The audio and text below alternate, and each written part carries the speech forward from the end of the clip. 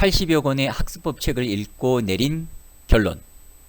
다음은요, 단권의 학습법. 와, 대단한 학습이죠. 이분이 이제 고승덕 씨라고 지금은 이제 정치에서 은퇴하고 방송인으로 활동하고 있는데 거의 뭐 공부의 신이라고 알려졌던 사람이에요. 예, 이 사람이 자기 학습법을 이야기할 때 단권의 학습법을 소개한 적이 있습니다. 무슨 얘기냐면 학생들이 학교에서 배우는 교과서가 단종 교과서가 아니잖아요. 예, 여러 종류의 뭐 6종 뭐 이렇게 여러 다종 교과서를 배우는데 학교마다 하나씩 선택해서 하게 돼 있습니다. 그러면 학교에서 선생님이 가르쳐주고 선택된 교과서 속에서 문제를 내니까 학교에서 중간고사나 기말고사는 문제가 되지 않아요. 그럼 뭐가 문제가 되느냐면 연합고사가 문제가 되는 겁니다. 예, 연합고사는 전체 대한민국의 학교들을 아우르다 보니까 모든 교과서에서 다 나오네. 결국은 다른 것을 모르기 때문에 변별력이 생길 수 있거든요. 그것을 해결하려고 완전학습을 추구하려고 했었던 게 단권학습이었던 거예요. 그래서 내가 어떤 단원을 학습할 때 그 단원을 내가 한 번씩 다 읽잖아요. 그러면 다른 교과서를 다 갖다 놓는 거예요. 갖다 놓고 내가 이것을 보고 난 뒤에 옆에 걸 보면은 이미 같은 단원의 것을 뭐 같은 걸 다루는 것을 봤기 때문에 읽기도 편하고 이해도 편해요. 쭉 봐나가는 중에 어머 내 거에는 없네? 여기는 있는데 그걸 갖다가 보충하는 겁니다. 또 다른 것을 보충하고 그러면 여러 종류의 교과서가 내 교과서 하나 속으로 들어가 버리는 거예요. 그래서 한 권의 책을 내가 만드는 거예요. 나중에 복수 여러 책 볼 거 없죠. 한꺼번에 쭉 보면 되는 거니까. 이게 단권 학습입니다. 아유, 대단한 방법이에요. 그래서 이런 것 또한 여러분들이 갖고 있으면 훨씬 더 좋고요. 그렇지 않다면 이런 방법 여러분의 학습법에 장착하면 되는 거죠. 그 다음에 가르치는 학습법. 이거 권장합니다. 여러분이 학습하는 이유가 물론 이기적인 이유 있을 수 있어요. 조금 더 성장하면 이타적으로 갈 수 있겠죠. 근데 학습 방법 중에 굉장히 높은 수준이 가르치는 학습입니다. 내가 배우는 학습은 수동적이거든요. 가르치는 학습은 능동적이고 적극적입니다. 그리고 더 중요한 것은 가르칠 때 어렵게 가르친다는 건 내가 잘 모른다는 거예요. 그러면 쉽게 가르치기 위해서 진짜 열심히 노력합니다. 훨씬 실력이 학생으로 공부 학습하는 것과 가르치는 선생님으로 학습하는 것은 그 질적으로 다릅니다. 이거 원장이에요. 그 다음에 벼락치기 학습법. 참, 벼락치기 학습법. 제가 이걸 학습법이라고 얘기해야 될지 고민이 되는 거예요. 예, 벼락치기 학습법이라고 해야 될까요? 네, 학습법입니다. 이 또한 이거요. 대한민국의 거의 모든 사람이 애용하는 방법 아닌가요? 저 이거 버리라고 얘기하지 않습니다. 우리는 벼락치기 공부한다는 걸 굉장히 부끄럽게 생각하거든요. 아니에요. 여기에도 장점이 있어요. 뭐냐면 마감 효과가 있다는 겁니다. 예, 마감 효과에 대한 훈련이 되어 있는 거예요. 그러면 이 마감 효과를 활용한 학습을 하는 거죠. 한 과목을 주구장창 하는 것이 아니라 정해진 시간 내에 하는 것, 뭐 이런 것들에 대해서 또 마감 효과를 이야기한 학습법 책들이 있어요. 읽어보시면 되는 거 아닙니까? 8번째, 학원 중심의 문제풀이 학습법이 있죠. 저 권하지 않습니다. 읽었던 학습법 책들 또한 다르지 않았어요. 예. 이유가 뭐냐 하면 일단은 중심이 학원 중심이에요. 학습자인 내가 아니고 학원이 중심이 돼서 내 학습을 이끌고 가는 거예요. 사실 내 스스로 가는 게 아니라 끌려가는 거 누가 좋아하겠어요. 근데 학원에서 당근을 주죠. 쫓아오면 성적을 올려주겠다. 그래서 맹목적으로 쫓아갑니다. 그러나 학습하는 것이 즐겁지는 않습니다. 예를 볼까요, 여기? 이거 당쟁에 관련된 거잖아요. 그죠? 내가 학원을 가지 않는다면 이거 내가 만들어야 돼요. 그러면 단어들만 우리가 중요 단어들만 쭉 늘어놓고 이 빨간 줄 표시 이런 걸 해놨는데 사실은 내가 만들었다면 이게 다 스토리라는 걸 알아요. 문제는 이거 학원 선생님이 만들어 놓은 거예요. 학원 선생님이 만들어 줬어. 그러면 나는 중요 단어만 알아. 문제는 사이 스토리를 모르네? 무슨 학습이 안 돼요? 심화 학습이 안 됩니다. 심화 학습을 못하면 뭘 못할까요? 문제를 못 풀어요. 문제는 응용해서 나오기 때문에. 그런데 참 신기하게도 학원은 우리 아이들에게 문제 풀 것을 종용합니다. 끊임없이 문제를 풀라고 그래요. 문제를 풀면 풀수록 학생들은 어떨까요? 신날까요? 좌절할까요? 좌절합니다.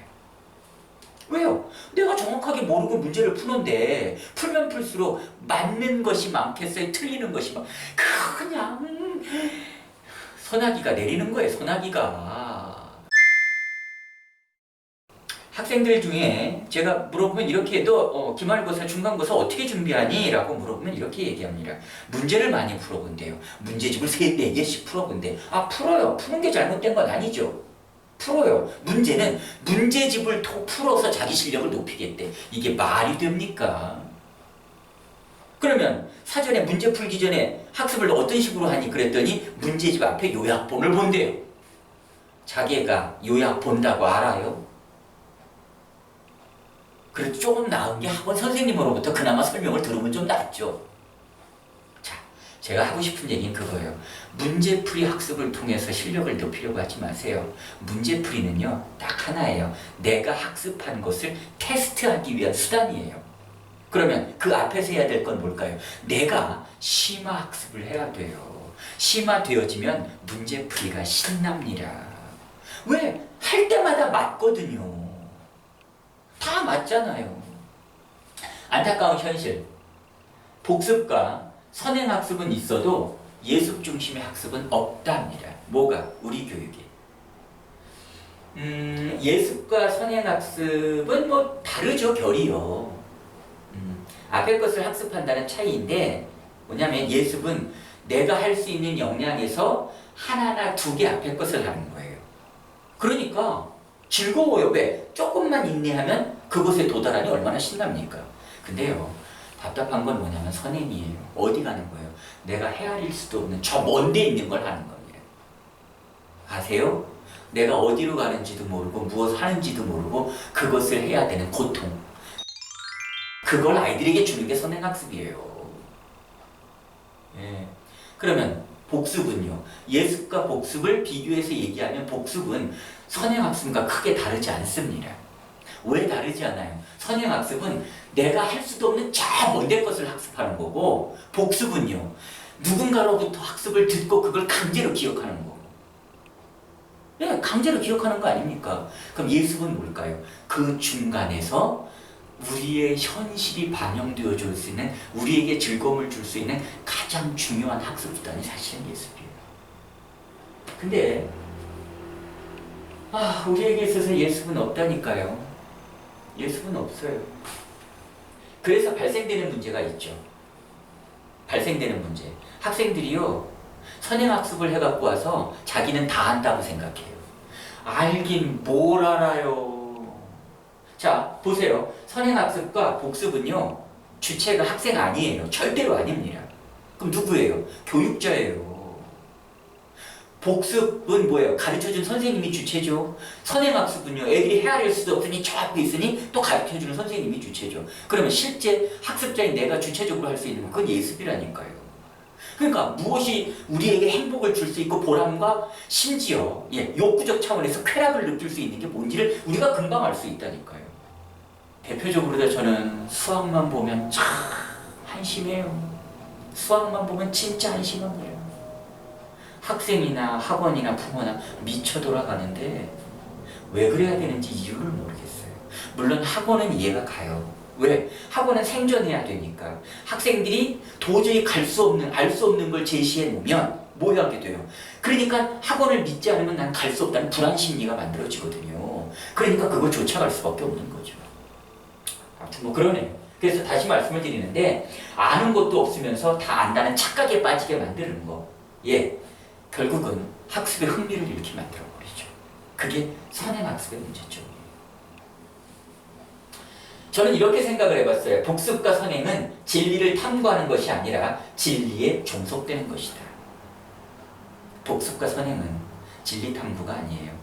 탐구해야 행복하죠. 즐겁죠. 보람이 있죠. 근데 종속되어 노예처럼 끌려가는 거. 이게 우리 교육의 슬픈 현실입니다. 그러나 예습은 선생님께 질문할 수 있는 힘을 갖게 하는 거예요. 예습을 중심으로 바꿨으면 좋겠어요. 근데 아직까지 우리 교육 현실은 복습이 훨씬 더 효율적인 거 맞습니다. 그리고 학습법 책들 또한 복습 위주의 설명이 참 많아요. 물론 간간히 이상적으로 예습 중심으로 이야기하는 책도 있지만. 학습 총정리. 80여 권의 학습법 책을 읽고 내린 결론. 학습의 왕도는 없답니다. 그래도 굳이 말하라고 한다면 이미 습관화된 학습 방법 버리지 말라는 겁니다. 보완해서 활용하는 것이 가장 좋습니다. 효과적인 학습 과정을 말씀을 드리면 먼저 학습 동기를 세우는 거예요. 동기가 분명해야 합니다. 예, 고상한 동기였으면 좋겠지만 그것도 없다 그러면 차선책으로 있죠. 차선책으로 세속적이어도 괜찮아요. 예. 그거 있잖아요. 우리가 이제 이걸 갖다가 보통 비전이라는 표현을 많이 쓰거든요. 비전. 예. 꿈이 분명하면 그 사람은 현실의 나를 그러니까 노력으로 높여서 꿈에 도달시켜요. 근데 꿈이 분명치 않으면 그 꿈을 뭐 해요? 자꾸 낮춰서 현실에 내게 맞춰버립니다. 근데 그 현실은 가혹합니다. 그 사람에겐 생존밖에 남아있는 게 없어요. 자, 그리고 자신의 학습 방법을 점검해야 하거든요. 두 번째로 내가 나를 볼 수 있는 방법은 없다라고 얘기하죠. 그래서 인간은 거울을 활용해 봅니다. 혹은 제3자의 이야기를 통해서 알아요. 때문에 내 학습 방법을 점검할 수 있는 가장 좋은 방법은 내 학습 방법만을 내가 보는 게 아니라 다른 사람의 학습 방법과 비교해 보는 거예요. 때문에 학습법 책 2-3권 정도를 읽어볼 것을 권합니다. 차이점도 찾고 같은 점도 찾고 보완할 것도 찾고 해서 개선해 나가시기 바랍니다. 세 번째가요. 열정인데 이것이 지금까지 학습의 결과를 달리했었던 겁니다. 사실은 방법의 문제가 아니었던 것이고 어쨌든 보완된 자기 학습을 꾸준히 만들어진 내 학습을 꾸준히 언제까지? 물이 나올 때까지 땅을 판다는 생각으로 꾸준히 하는 거예요. 우물 파는데 달인이 있었어요. 이 사람은 우물을 파면은 100% 물이 나옵니다. 비결을 물었죠. 하는 말 뭔지 아세요? 자기는 물이 나올 곳을 찾아 파는 것이 아니라 아무 데나 파도 물이 나온다. 어떻게? 나는 나올 때까지 파니까. 그러니까 자기는 사막에서도 우물을 팔 수 있다는 겁니다. 바로 이거예요. 학습의 결과가 좋았던 사람들은 나보다 열정이 더 높았던 사람들이에요. 그랬기 때문에 이 사람들은 무슨 관리까지 할까요? 시간 관리, 자기 관리, 주변 관리, 관계 모든 걸 다 하는 거예요. 오로지 거기에만 몰입했었던 거. 이게 열정이 나온 결과입니다. 80여 권의 학습법 책들이 한결같이 하는 말이 있어요. 그게 뭔지 아세요? 혹시 인간이 이것 없으면 살 수 있는 게 몇 가지가 있죠. 일단은 공기, 물, 햇볕, 먹을 것, 이런 것들이 있잖아요. 근데 이거 중요하게 생각 안 해요. 왜? 늘 곁에 있는 거기 때문에. 근데 그것 없으면 죽습니다. 마찬가지로 학습도, 학습 방법도, 학습도 이것 없으면 죽는 게 있어요. 그래서 모든 학습법 책들이 이걸 항상 강조합니다. 뭘까요? 그게 바로 독서입니다. 독서. 근데 참 웃기는 게 복습 위주의 학습이다 보니까 우리 학습이 독서가 필요가 없네? 책을 필요로 하지 않네? 책 읽으면 오히려 공부를 못하는 사람으로 전락돼 버리네? 이런 말도 안 되는 게 어디 있어요. 근데 그게 우리의 현실이라니까요. 근데 우리의 학습 과정은 바뀌어가고 있어요. 예, 후진국에 머물러 있지 않잖아요. 우리는 이미 선진국에 바뀌어가고 있습니다. 이제 독서를 하지 않으면 학습하기가 어렵습니다. 옆에 있는 이 우람한 학생 한번 보세요. 이미 학습법 책을 뛰어넘었습니다. 여러분들도 독서를 통해 학습의 기본을 만들고 학습의 왕도를 찾아가 다른 사람이 만들어 놓은 학습법 책을 넘어서는 사람들 됐으면 좋겠습니다. 오랜 시간 동안 시청해 주셔서 고맙습니다.